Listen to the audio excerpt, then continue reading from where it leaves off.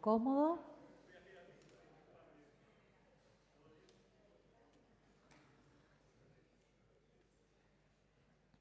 Retomamos entonces las ponencias de esta jornada sobre apneas del sueño y licencias de conducir, organizada por la Academia Nacional de Medicina, la Asociación Médica Argentina, el Colegio Argentino de Neurólogos Clínicos, la Asociación Argentina de Medicina Respiratoria y el Centro de Estudios y Participación Ciudadana, que por iniciativa del senador nacional Juan Carlos Marino se desarrollan en el Salón Ilia del Senado argentino. Queremos destacar que también nos acompaña el doctor Juan Antonio Macei, académico de la Academia Nacional de Medicina, a quien le agradecemos que nos acompañe.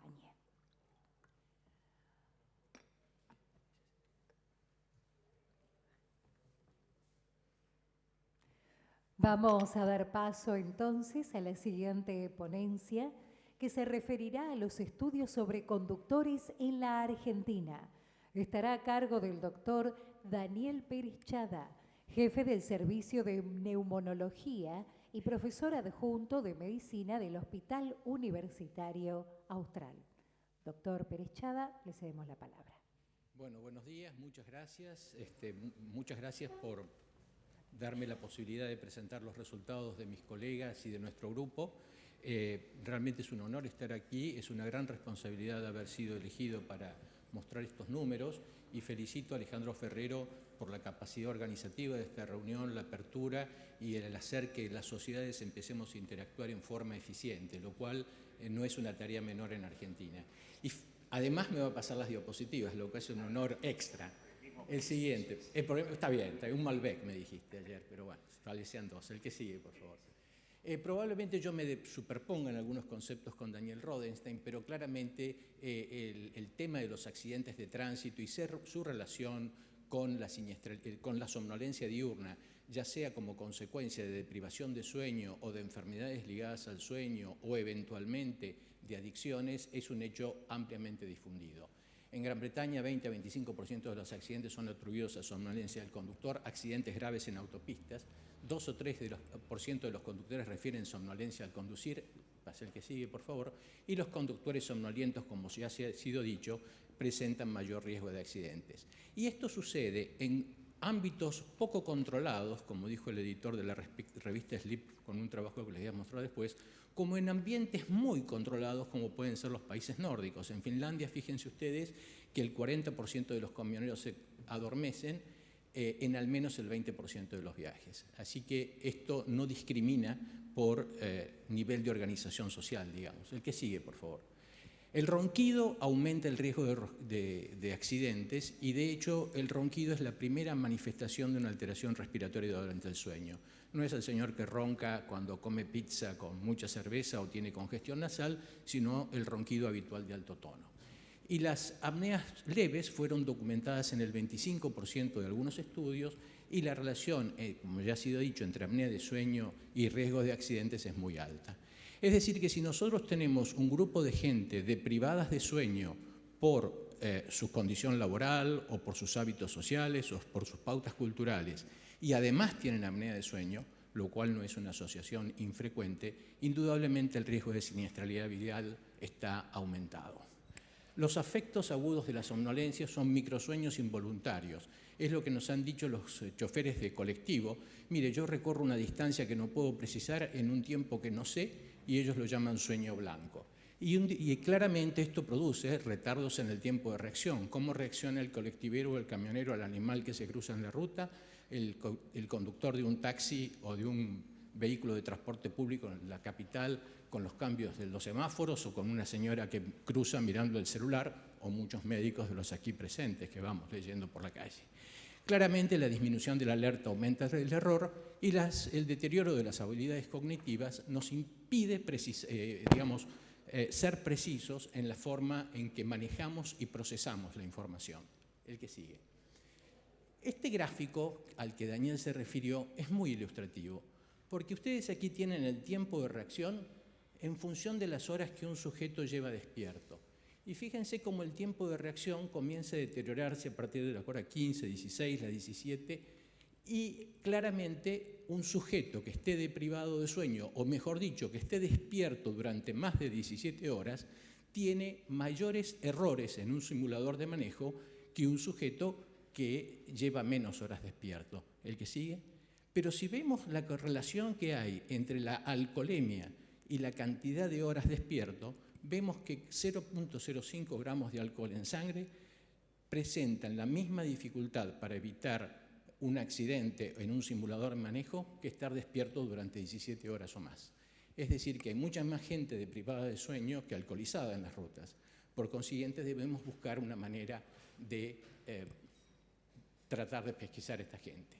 El doctor Alejandro Ferrero, en el año 2010-2011, tuvo una iniciativa de evaluar a conductores de larga distancia con cuestionarios, polisomnografía en el laboratorio de sueño, lo cual es una tarea grande. 27% de sus conductores presentaban apneas de sueño severa, o moderada o severa. La Comisión Nacional de Transporte implementó cuestionarios para evaluar el riesgo y se decidió estudiar con estudios domiciliarios de menor complejidad que una polisomnografía a aquellas personas que tuvieron un riesgo mayor.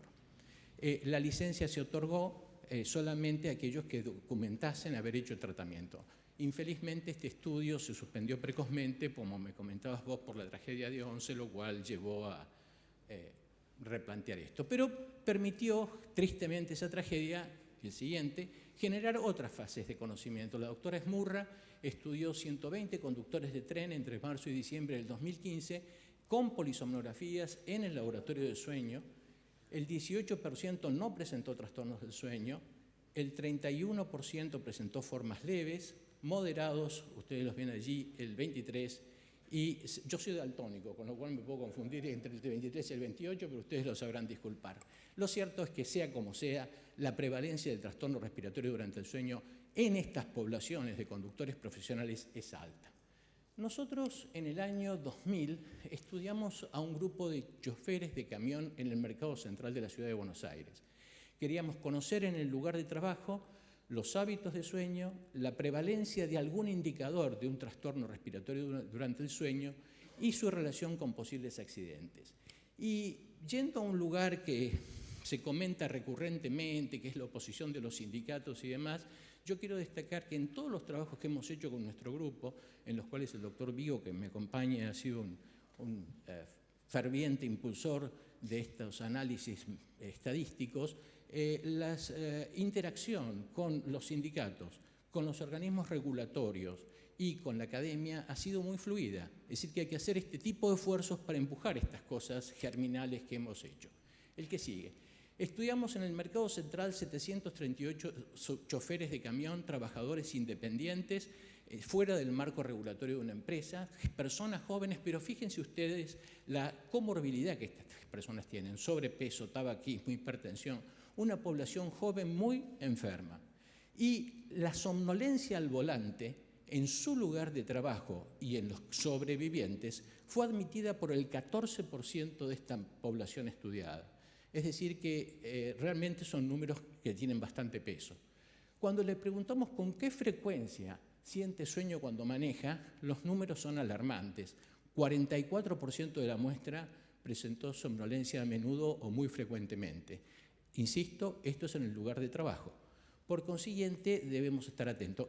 Claramente, cuando les preguntamos qué hacían mientras percibían somnolencia en el trabajo, una pequeña proporción decía que aceleraba, otra proporción decía que paraba en la ruta cuando podía y las condiciones se lo permitían, pero en el medio había una gran cantidad de personas que hacían cualquier cosa: bajar la ventanilla, enfriar la cabina, fumar un cigarrillo, tomar café, que salvo el café y con algunas limitaciones, ninguna de estas compensa la deuda de sueño.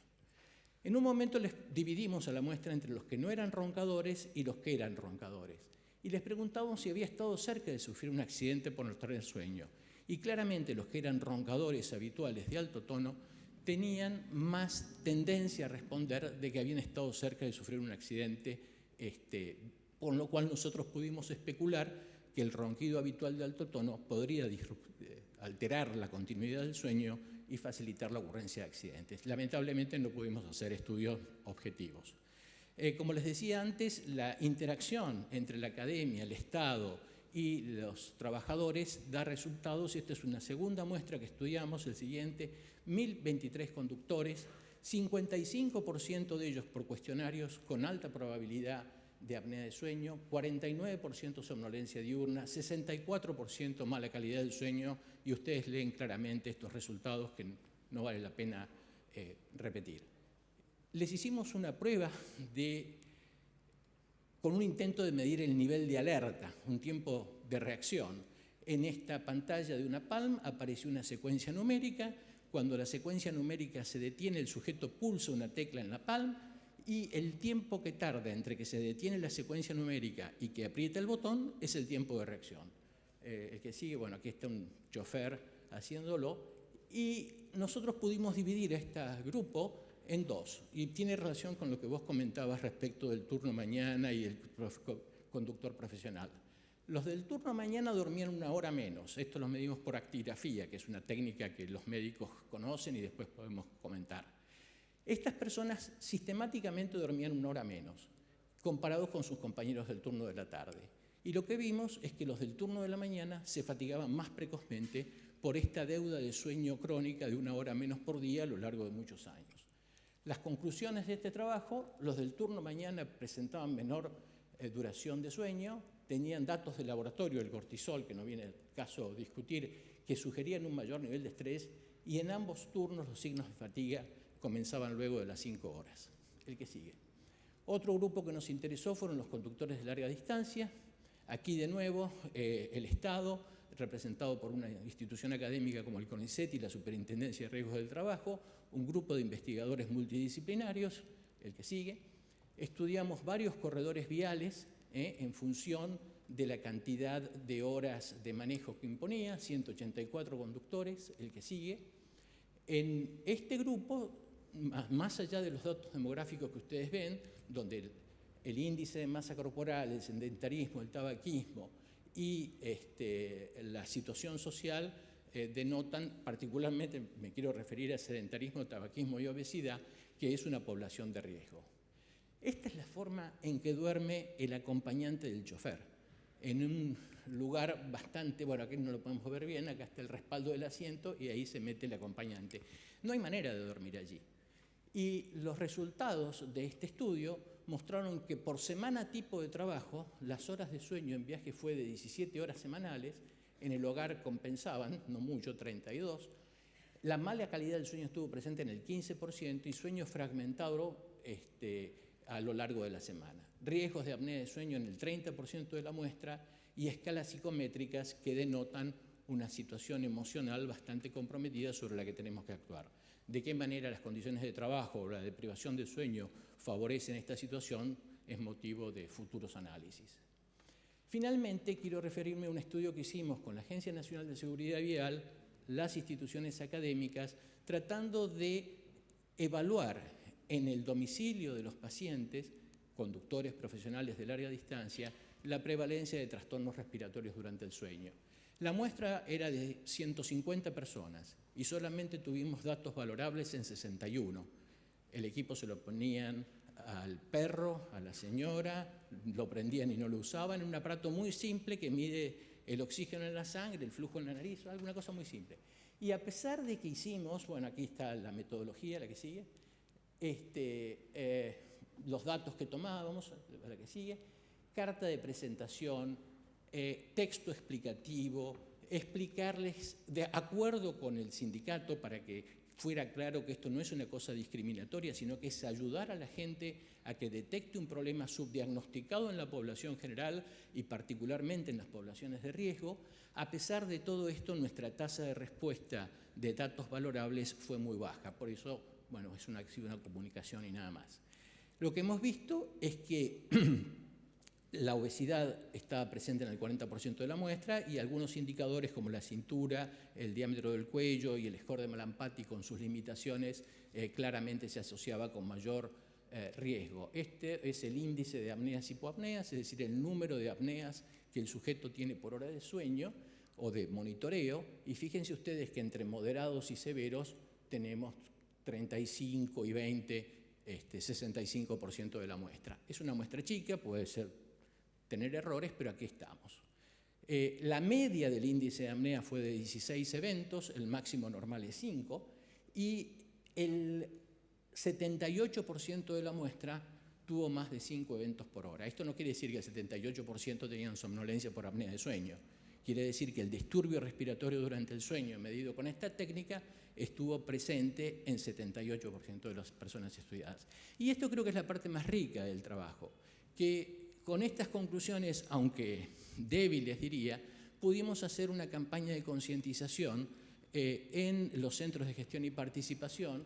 Trabajamos Creando Conciencia, que fue la entidad que seleccionó a la Agencia Nacional de Seguridad Vial para que nos acompañe en este estudio, y se distribuyeron durante bastante tiempo folletos ilustrativos a las personas que iban a buscar su licencia de conductor acerca de qué es la apnea del sueño, cuál es el riesgo, cuál es la comorbilidad cardiovascular, el que sigue, cuál es la prevalencia y una serie de mensajes destinados a aumentar la concientización.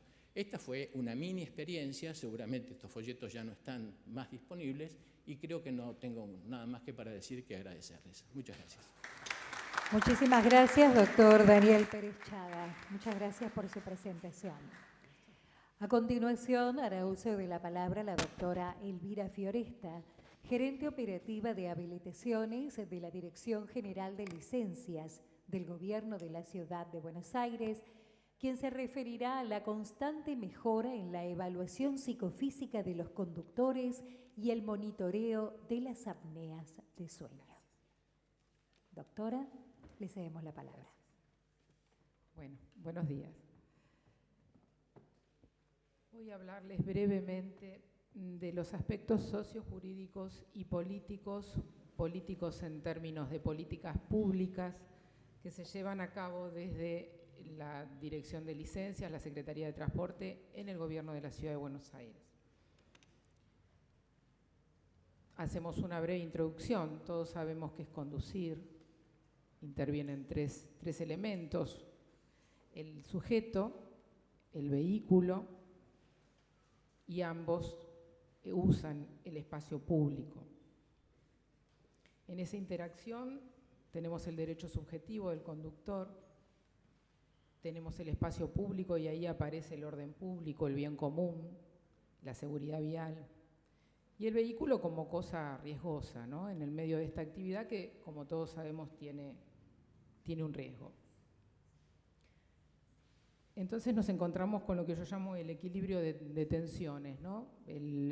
Los riesgos potenciales de daño que genera la actividad conductiva y los beneficios de la actividad, la posibilidad que todos tenemos de trasladarnos más rápido, incluso de usarlo como una herramienta de trabajo.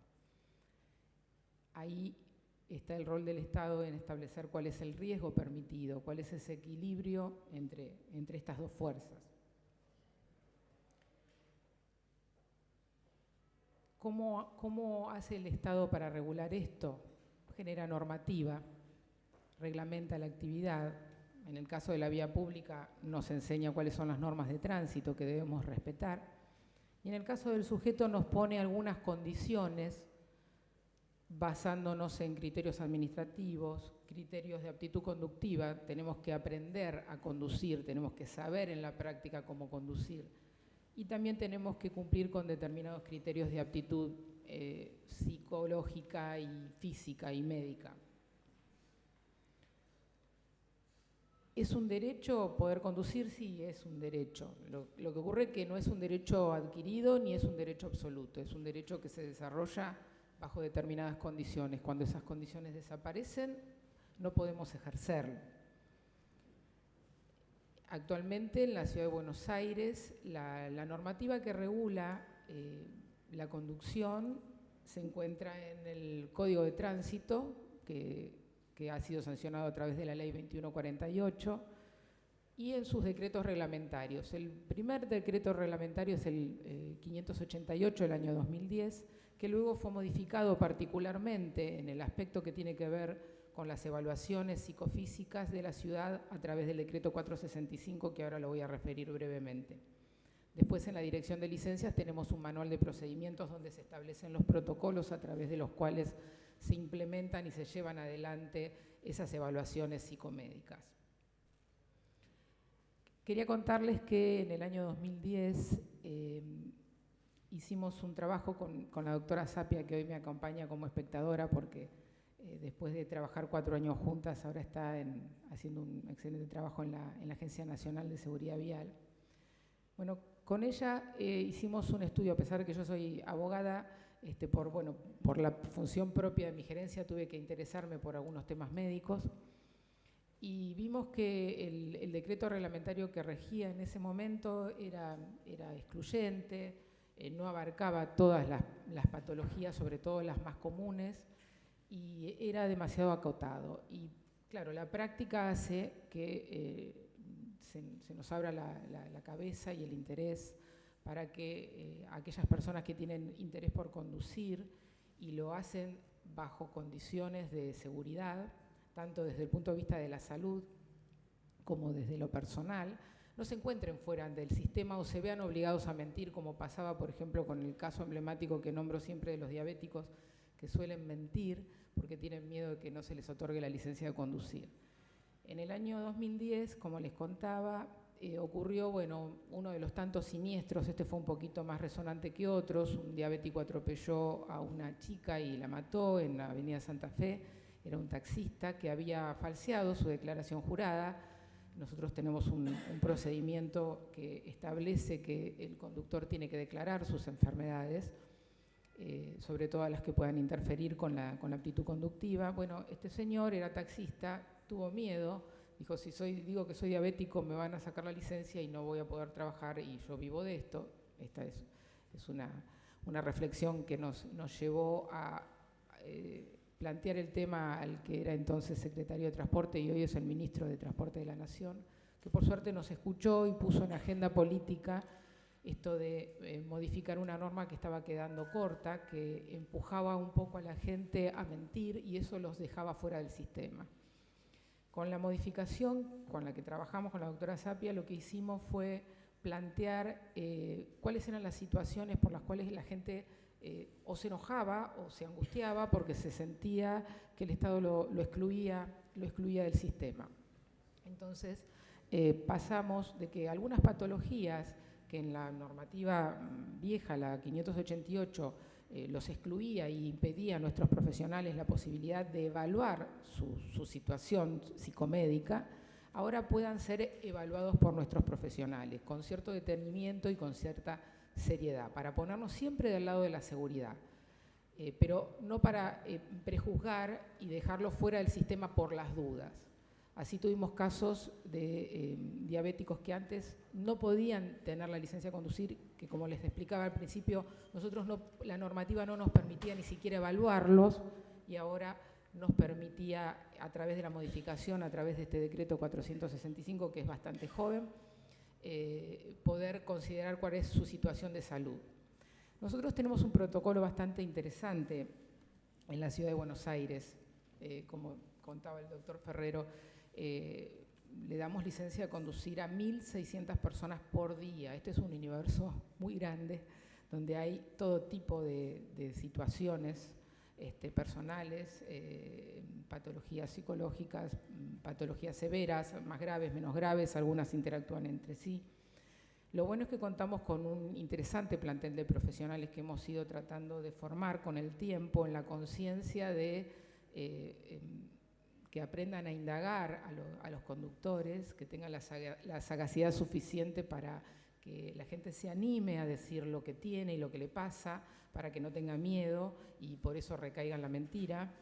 Y también para hacerles sentir que la idea es cuidarlo en su salud y también abocarnos al tema de la seguridad vial, que eso obviamente es lo específico de nuestra tarea en la Dirección de Licencias. En fin, tratamos de aprovechar el rol que tiene el Estado para hacer un poco de tarea preventiva. ¿Por qué? Porque tenemos una oportunidad única. Pasan 1.600 personas por día. Muchos de ellos nos cuentan cuál es su problemática y nos permiten ayudarlos. Hoy en día, pasado 3 o 4 años, el miedo que generaba esto de plantearle a las personas que si tenían una problemática de salud compleja nos iban a tener que traer algún dato adicional, porque obviamente en las evaluaciones que nosotros hacemos, seguramente si ustedes son conductores habrán pasado por lo que llamamos la línea de atención. Nosotros tenemos 4 áreas de evaluación única. La primera, que es que es llevada a cabo por los técnicos ópticos, que es relativamente más sencilla, porque es una máquina, nos dice si la persona ve o no ve y si está en condiciones de conducir. Después tenemos a los fonoaudiólogos. En tercera instancia tenemos a los psicólogos, que hacen un test, un screening bastante importante, porque de ahí surgen muchos indicadores que a veces hacen que nuestros profesionales tengan que derivarlos y pedirles algunos estudios psicodiagnósticos o neurocognitivos, donde surgen elementos muy, muy interesantes. Y por último, la instancia de los médicos, que es un poco más limitada en tanto está basada en esto que les decía al principio, una entrevista, un interrogatorio, y en el desarrollo de su propia sagacidad para detectar patologías que a veces son escondidas por los conductores por este miedo, ¿no? Hoy en día tenemos desarrollado abundantemente un protocolo que está en nuestro manual de procedimientos, por los cuales los profesionales en general, ante determinadas pesquisas, requieren a los conductores estudios complementarios o informes de los médicos tratantes para tener una idea más acabada de cuál es la situación de salud del paciente contribuyente conductor, que a veces no tiene mucho registro de su problemática, a veces la niega y a veces miente. En el caso, como les volví a decir, hablo de los diabéticos porque es lo más claro y lo más emblemático. Bueno, pedimos cuando no resulta claro la situación en la que se encuentra el paciente, pedimos un estudio complementario y un informe del médico tratante que nos dé cuenta que tiene un apego a tratamiento y que está llevando bien adelante su patología. En esos casos solemos achicar las vigencias de las licencias de conducir para tener controles más seguidos. Y en esto, digamos, mi intención era dar un encuadre a este tema que hoy nos trae, que obviamente es sumamente importante, el control de las apneas, que representan un riesgo para la conducción, sumamente importante, decía, para la salud y relevante para la seguridad vial. Cuando el doctor Ferrero decía que esta encuesta que nos pasó recién hace un ratito llevaba 2 minutos, y bueno, esta es un tema, una pregunta que yo le hice al doctor, que es muy mezquino en este contexto en que estamos pensando en proteger a las personas, no solo a los que conducen, sino también a los otros, ¿no? Que son los transportados o los peatones.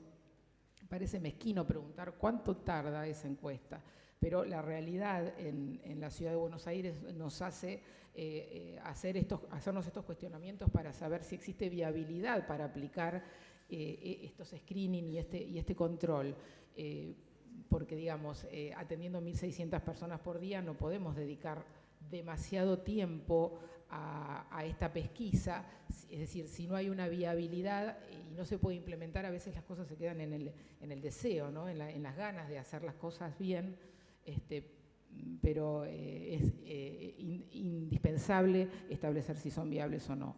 En primera instancia, yo le decía al doctor que obviamente este es un tema nuevo, no porque nosotros no tengamos protocolizado, como le decía antes, los mecanismos para evaluar las patologías que interfieren con la conducción, sino porque es un tema nuevo en términos, estoy viendo que los datos que nos aportan hoy los profesionales que nos han ilustrado son muy recientes. Me parece que hay algo para trabajar y para pensar. Cada centro de emisión de licencias va a tener una problemática sin duda diferente. Nosotros en la ciudad contamos con un presupuesto asignado que nos permite, como le decía, contar con profesionales suficientes para hacer una evaluación bastante seria. La verdad que en el interior del país esto no siempre es así, a veces no cuentan con médicos. Digamos, uno se pregunta cómo podrían hacerse un análisis de este tipo, pero como les contaba recién, en la ciudad, en primera instancia, esto que nos contaba el doctor Ferrero de incorporar este cuestionario, que es sencillo, que es corto, que sobre todo no asusta, me parece que le va a dar viabilidad al proyecto en nuestra jurisdicción que sin duda, como en todos estos casos, debe estar acompañado por información para establecer un cambio de cultura. El valor agregado que tiene esta tarea de control de apneas es que no desalienta al conductor, a cualquier conductor, pero particularmente a aquellos que tienen a la licencia de conducir como una herramienta de trabajo, no lo desalienta en el sentido de que con un tratamiento adecuado no tiene por qué quedarse sin la licencia de conducir. No es el caso de algunas patologías severas que a veces, con los informes que nos traen los médicos especialistas, nos encontramos en situación de tener que inhabilitarlos y sacarles la licencia de conducir porque se hace incompatible, porque se determina que no hay una aptitud conductiva. Bueno, les agradezco mucho la atención. Muchísimas gracias, doctora Elvira Fioresta. Vamos a dar paso ahora a las consultas que nos han hecho acercar. En primer lugar, para el doctor Rodenstein, le consultan, ¿hay más apneas en población que maneja profesionalmente que en la población en general? Profesor, doctor, su respuesta. Sí, y las razones que uno encuentra en la literatura son: el conductor profesional es sedentario por su profesión, es decir, que tiene poca actividad física. El conductor profesional, que sobre todo en larga distancia, come mal por su trabajo, porque no puede dedicarle tiempo a elegir los alimentos que corresponde. Entonces, el conductor profesional tiene más obesidad que la población general. Y como las apneas del sueño están en relación con la obesidad, aunque la obesidad no es la causa, por lo tanto tienen más riesgo de apnea del sueño, sí. Muchas gracias, doctor. Nos preguntan, ¿cómo se planean costear los estudios objetivos como poligrafía y polisomnografía y el tratamiento CPAP? Hay poca disponibilidad de turnos y demoras en los mismos. ¿Para quién? Para quien decida el coordinador que debe responder, doctor. Gracias. Como esto pasa en este país, voy a tratar de contestar yo. Bien, ese es uno de los desafíos más importantes, por supuesto, por eso estamos haciendo este relevamiento, por eso ese grupo fundador al cual hemos invitado abiertamente a todos aquellos que en principio consideren que están en esto, y una cadena de búsqueda de más personas que a veces no están próximas a nuestras instituciones. La idea es que no va a haber probablemente una dificultad en cuanto a los profesionales necesarios. Otra cosa es disponer de los equipos y otra cosa es disponer de quién los paga. En cuanto a quién los debe pagar, afortunadamente está el plan médico obligatorio, el PMO, que actualmente dice que los métodos diagnósticos para las apneas de sueño deben ser cubiertos por la institución, las obras sociales y los prepagos, y que también los medios de tratamiento, que esto es el CPAP, debe ser cumplido y debe ser a cargo de la institución a la cual el conductor, se supone, tenga como sistema de salud. Por supuesto, puede haber gente que no tenga ningún sistema de salud, en cuyo caso, como en cualquier otra situación, si yo no tengo ninguna obra social y no voy a hacer mis anteojos, tendré que ir y pagar mis anteojos o tendré que ir y pagar mis cosas. Pero en términos generales, se entiende que, estando dentro del PMO, esta debiera ser una dificultad bastante relativa. No sé si esto contesta la pregunta. Muy bien, tenemos una pregunta o tal vez un comentario. Sí, doctor, ¿Puedo por agregar favor. algo? Replantear un poco la pregunta. Una pregunta interesante es quién va a pagar la polisomnografía. Otra pregunta interesante es ¿con qué contamos y cómo hacemos con lo que contamos para que mañana estemos mejor que hoy? Es decir, que no solo existe la polisomnografía, hay métodos simplificados que también se pueden usar, y aunque no sean tan buenos y no detecten a todo el mundo, aquellos que hayan sido detectados y tratados tendrán menos accidentes que los que hoy en día hay. El cuestionario tipo... Sí, doctor. No, un comentario sobre los costos directos e indirectos de la siniestralidad vial. El doctor Jorge Neira, que es un experto en trauma, lo conoce bien este problema, y si uno pone cuánto cuesta diagnosticar y tratar a estos pacientes, entre costos directos e indirectos es infinitamente menor. Hay un dato del Banco Mundial que dice que el 3% del PBI son la suma de costos directos e indirectos. 3% del PBI, casi la mitad del costo del PBI de educación, creo que está en el 6 o 7. Así que tengamos conciencia de que esta no es una cuestión de dinero, es de cómo se asigna el dinero para algo y es fundamentalmente una cuestión de educación. Sacar el fantasma de la pérdida de trabajo, sacar el fantasma de que esta enfermedad no es tratable, educar a la gente y ayudarla a resolver un problema de salud. Esto no es un tema de discriminación, este es un tema de salud. Gracias, doctor Pérez Chada.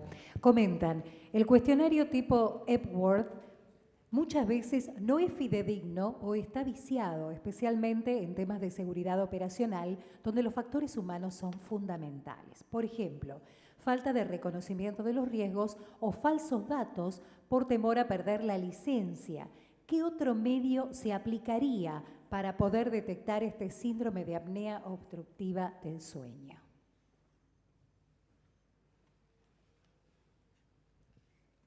Por eso en el cuestionario que diseñamos para la Unión Europea no está solo el Epworth. El Epworth se agrega a lo demás, pero el Epworth tiene menos importancia que las preguntas anteriores. Y no solo están las respuestas, sino los datos objetivos. La edad, el sexo, el peso y la altura. Es decir, que si uno tiene un sujeto con 45 de índice de masa corporal, aunque todas las respuestas sean negativas, es difícil creerle. De modo que no hay una buena manera, hay una mejor manera, pero no una buena manera, de cribar a la gente para poder sacar del camino a la mayoría de la gente que no va a tener problemas y quedarse con aquellos en los que probablemente tengamos que estudiarlos. El Epworth, las otras preguntas y los datos objetivos tratan de compensarse para evitar los problemas de mentiras o de miedos. Bien. Nos comentan y consultan también, doctores, el decreto del Ministerio de Transporte en Francia nombra el test de mantenimiento de vigilia como método objetivo para control post-tratamiento de pacientes con hipersomnia. ¿Qué opinan sobre poder aplicarlo en nuestro país? No, en Francia tampoco. Muy bien. Nos consultan también, doctores, sobre si el término accidente es correcto. Doctor Ferrero. Yo creo que no es correcto, es el término vulgar con el cual históricamente siempre nos hemos referido a esto, pero a mí me encantaría, aprovechando la presencia del doctor Jorge Neira, que nos conteste concretamente el punto de vista. Bueno, primero, gracias por la convocatoria, felicitaciones, la verdad que esto me parece que es importante. Nosotros, como le decía hace un ratito Alejandro, somos la otra pata del problema porque somos los que atendemos a los pacientes traumatizados y desde ya está a su disposición la Sociedad de Medicina y Cirugía del Trauma y la Fundación Trauma. Y en base, digamos, a lo que hablamos del término accidente, yo estaba mirando unas citas entre las que mostró Daniel Pérez Chada, que decía del British Medical Journal, creo que del 95, se lo mostró recién a Juan Antonio Macei, que hay una editorial del British Medical Journal del año 2001 que dice el British Medical Journal prohíbe la palabra accidente y entonces explica por qué, digamos, el término de colisión de vehículo motor es mucho más exacta que accidente de tránsito. Accidente de tránsito no quiere decir nada y colisión quiere decir que hubo un impacto entre otro vehículo, entre un objeto, entre una persona. Con lo cual cubre, digamos, un espectro importante y la percepción comunitaria de la sociedad, digamos, es mucho más clara cuando uno le habla de hechos fácticos, ¿no? Y esto me parece que es importante porque para nosotros las lesiones son siempre la consecuencia de una cadena de hechos causales en los que se puede intervenir para mitigarlos o para evitarlos. Y nosotros insistimos que las lesiones son siempre previsibles y prevenibles. Ese es el tema por qué la Agencia Nacional de Seguridad Vial, en la gráfica de hace muchos años, pone si se puede evitar no es un accidente. Y no es solamente un tema semántico, sino que es el tema de cómo uno, digamos, se vincula con la comunidad para la prevención. Es mucho más fácil trabajar en hechos que se pueden evitar y no en situaciones que no se pueden definir. Si uno le preguntara a todas las personas que está aquí, que le dijera qué entiende por accidente, seguramente cada uno pensaría una cosa distinta. En cambio, si uno le preguntara qué entiende por un choque de vehículos, seguramente la aproximación sería mucho más fácil y nosotros lo que tenemos que hacer es hacer cosas para evitar que se produzcan las colisiones vehiculares. En ese sentido, Estados Unidos está bastante avanzado. Nosotros del año 2001 hasta la fecha, o sea, hace 25 años no usamos más el término accidente. No hemos escrito nada donde esté la palabra accidente, excepto para decir que no hay que usarla. Y me parece que sería interesante que tuviéramos como... Yo creo que esto es un gran consorcio, ¿no? Que tiene que ser un gran consorcio de entidades, como decía Daniel, donde esté la academia, donde esté el Estado, donde estén las entidades gubernamentales y no gubernamentales, y tenemos que empezar a definir semánticamente cómo nos queremos dirigir hacia la comunidad, qué es lo que queremos hacer. En realidad, el tema más importante es que la comunidad perciba el riesgo de tener una colisión vehicular. Cuando uno le dice a una persona si tiene apnea del sueño y lo hace percibir que ese riesgo le aumenta simplemente por tenerlo, bueno, esto es lo que genera que la persona tenga cambios en la actitud, que es lo más difícil, cambios en la conducta, que es lo más difícil de generar. Así que, por un lado, este tema está a disposición de ustedes. Nosotros estamos totalmente de acuerdo con la evaluación de la apnea del sueño y del riesgo que, como muy bien mostraba el doctor Rodenkrantz, aumenta a 3.57 veces, o sea que esto es un dato sumamente importante. Esto es más o menos como tener una alcoholemia de 2 gramos, por lo menos. Esto por un lado. Por otro lado, quería referirme 2 palabritas al registro de datos. Ustedes vieron que una de las comparaciones que hizo el doctor Rodenkrantz fue mostrar el Registro Nacional de Suecia. Bueno, ustedes pueden entrar al Registro Nacional de Suecia, el Registro Nacional Alemán cumplió 20 años, hace 3 años, tiene 90.000 pacientes. Nosotros tenemos un registro de datos en la Fundación que tiene 40.000 pacientes en 16 hospitales públicos de la provincia de Buenos Aires, con lo cual tenemos datos de buena calidad. Nos está pasando que algunas nuevas definiciones nos obligan a incorporar nuevas cosas al registro de datos. Nosotros no tenemos el dato de la apnea del sueño. O sea que sería muy bueno que ustedes nos dijeran qué dato necesitan de la apnea del sueño para que nosotros podamos incorporar nuestro registro. Nosotros tenemos, de los 20.000 pacientes en los hospitales, el mayor ingreso se produce por colisiones de moto en la provincia de Buenos Aires. Y el mayor riesgo de muerte está en los peatones. Y estos datos son importantes porque es la realidad que tiene la provincia de Buenos Aires. No son los conductores, no son el acompañante ni el ocupante, sino las colisiones de moto y los peatones como elementos para marcar. Por eso digo que sería importante incorporar el dato. ¿Y qué datos ustedes necesitan? Porque concretamente, porque es muy difícil requerir el dato cuando no se sabe qué es lo que se tiene que requerir. O sea que ustedes tendrían que definirnos a nosotros cuál sería el tema. Digo esto porque cuando se hace una estrategia de intervención, si uno no tiene el dato previo, ¿cómo sabe la efectividad de la estrategia? Que esto es otra cosa importante que nosotros tenemos que tener en cuenta. Tendríamos que tener previsto, por ejemplo, la Agencia de Seguridad Vial tiene una buena información de los pacientes fallecidos en el lugar, por lo menos es lo que yo supe hasta ahora y lo que está publicado. Nosotros tendremos que sumarle a eso los datos del Ministerio de Salud de la Nación con algunas estrategias especiales de recolección de datos desde los hospitales públicos. Nosotros trabajamos justamente en la recolección del dato del hospital público y en la validación del dato con respecto a otros registros internacionales como el National Trauma Data Bank o el registro alemán de trauma. Digo, estos son datos que me parecen sensibles y que tendríamos que ponernos de acuerdo. Muchas gracias por la invitación. Muchas gracias, Está doctor. a disposición de ustedes tanto la Sociedad de Medicina del Trauma como la Fundación. Mil gracias. Muy amable. Nos comentan que los dispositivos orales de control también deberían involucrar a los pilotos de aviación y a los conductores de máquinas peligrosas.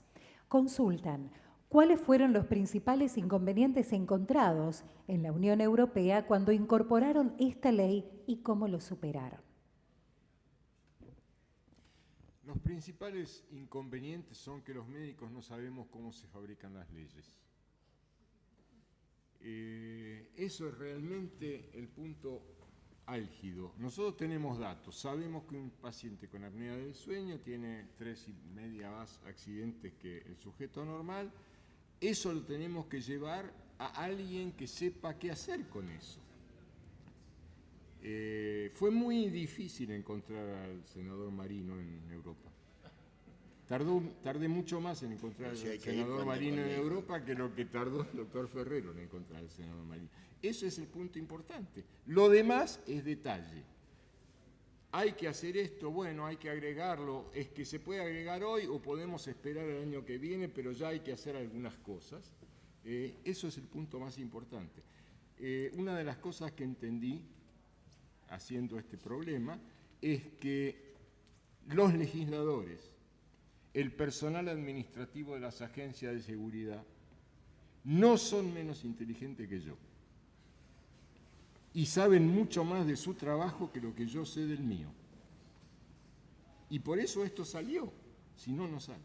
Porque, como dijo el senador Marino, hay muchas cosas que sería muy bueno hacer, pero que en la práctica no se pueden. Y hay proyectos de ley que caen de su propio peso, que hay que sacarlos, pero no salen. De modo que el problema es cuál es el mínimo con el que uno se puede contentar para empezar. Y en sintonía y como última consulta antes del cierre, además de felicitar las excelentes ponencias de hoy, consultan cuáles son los próximos pasos y quién redacta el anteproyecto.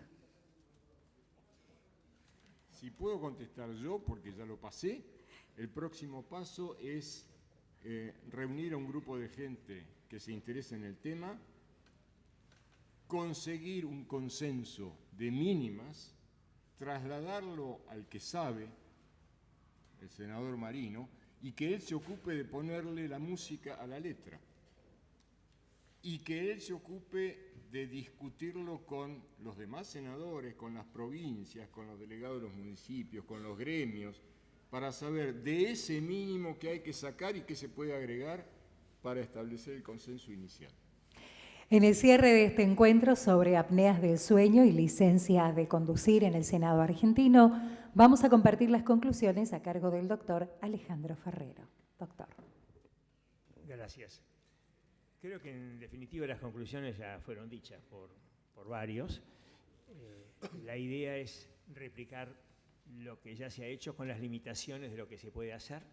La política, estamos acá en uno de los tres poderes, y la medicina y tantas otras cosas comparten que son el arte de lo posible, tantas cosas que uno quisiera no se pueden, respetar las prioridades, buscar acompañar a veces, como se decía, el convoy va al ritmo a veces del más lento de los barcos, porque si no se separan y se pierde esa necesaria armonía.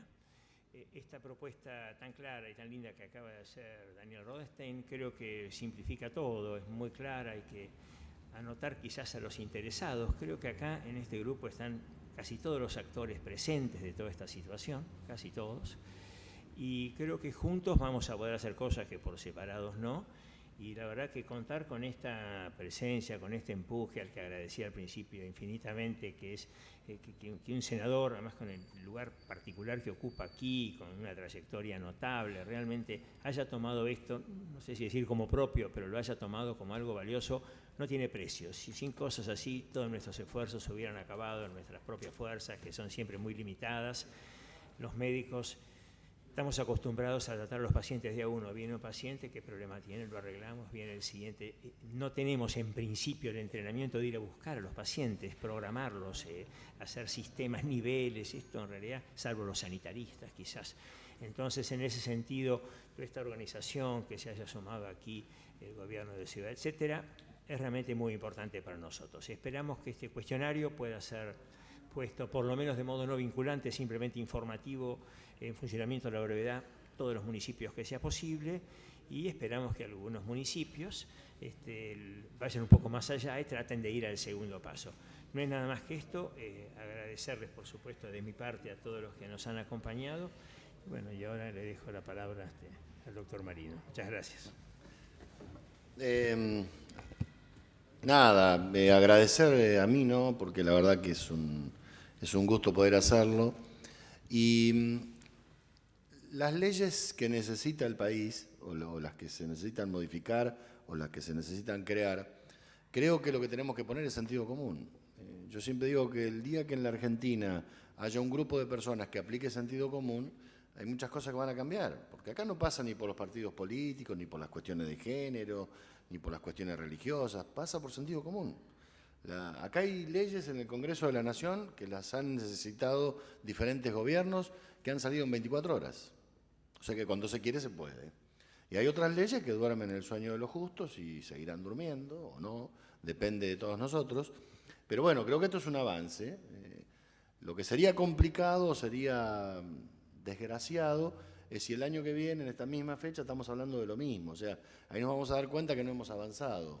Pero este es un proceso que no es fácil, que no va a ser rápido, pero que seguramente necesita que todos los días lo movamos un paso más. Yo los escuchaba hablar de los municipios. Bueno, hay felizmente organizaciones que nuclean a los municipios, como es la FAM, la Federación Argentina de Municipios.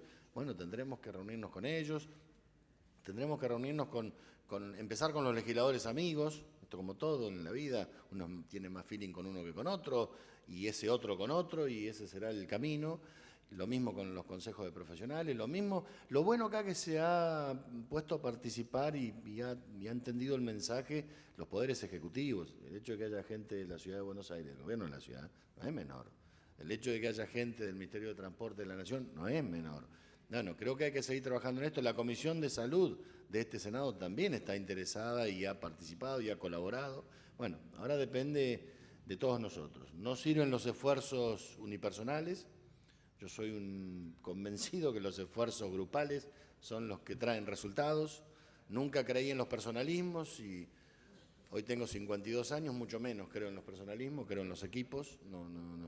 A veces por seguir personalismos nos ha ido muy mal y a lo mejor por seguir equipos nos puede ir mucho mejor y vale la pena intentarlo, así que creo que esto es uno de los intentos que nos queda. Y vuelvo a repetir, si el año que viene estamos hablando de lo mismo es porque hemos fracasado. Si el año que viene estamos hablando de cosas distintas o abonando lo que ya comenzamos este año, es porque logramos el objetivo, estamos a punto de lograrlo. Así que agradecerles, es un honor para nosotros. Les pido disculpas porque no los pude acompañar, pero bueno, también tenía otro compromiso que era recibir a una delegación extranjera que estuvimos conversando de otros temas. Pero bueno, acá estamos, así que en un ratito seguiré con lo otro, pero feliz de poder aportar nada. El logro es de ustedes, yo simplemente soy el nexo para que algunas cosas puedan ocurrir o no. Bueno, dependerá de todos nosotros, así que muchas gracias. El senador Juan Carlos Marino, vicepresidente primero de la Honorable Cámara de Senadores, propulsor de este encuentro, a continuación hará entrega de un diploma recordatorio por su participación y compromiso a las asociaciones organizadoras. En primer lugar, se distingue a la Academia Nacional de Medicina. Reciben en nombre de su presidente, el profesor Manuel Martí, el doctor Juan Antonio Macei y el doctor Jorge Neira.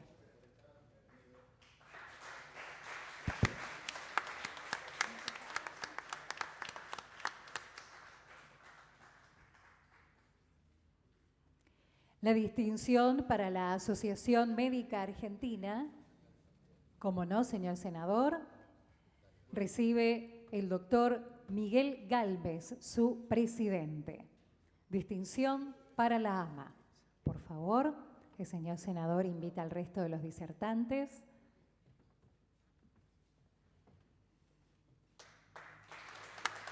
Felicitaciones. Señor senador, siguiente distinción para el Colegio Argentino de Neurólogos Clínicos. Recibe el doctor Alejandro Ferrero, quien también recibe un diploma como disertante, a quienes también distinguiremos luego de estos diplomas que reconocen participación y compromiso a las asociaciones organizadoras de esta jornada. Siguiente distinción para la Asociación Argentina de Medicina Respiratoria. Recibe este diploma el doctor Carlos Franceschini. Doctor.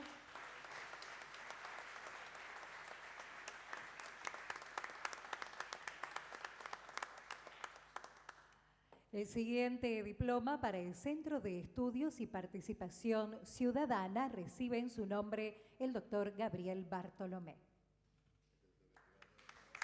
Ahí está.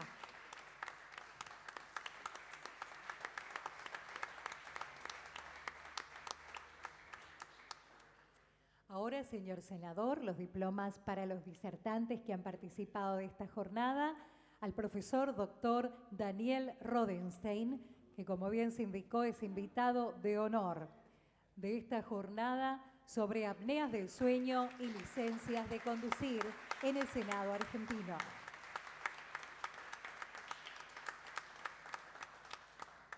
Siguiente diploma para el doctor Daniel Pérez Chada. Doctor.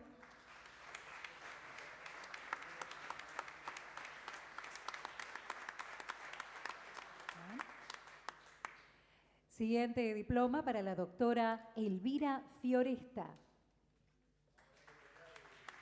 Gerente operativa de habilitaciones, Dirección General de Licencias del Gobierno de la Ciudad de Buenos Aires.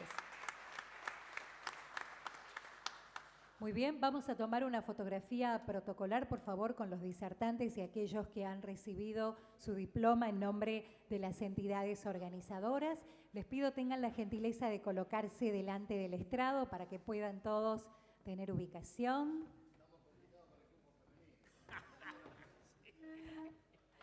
Recordamos, además de nuestros disertantes, el reconocimiento a la Academia Nacional de Medicina, la Asociación Médica Argentina, el Colegio Argentino de Neurología,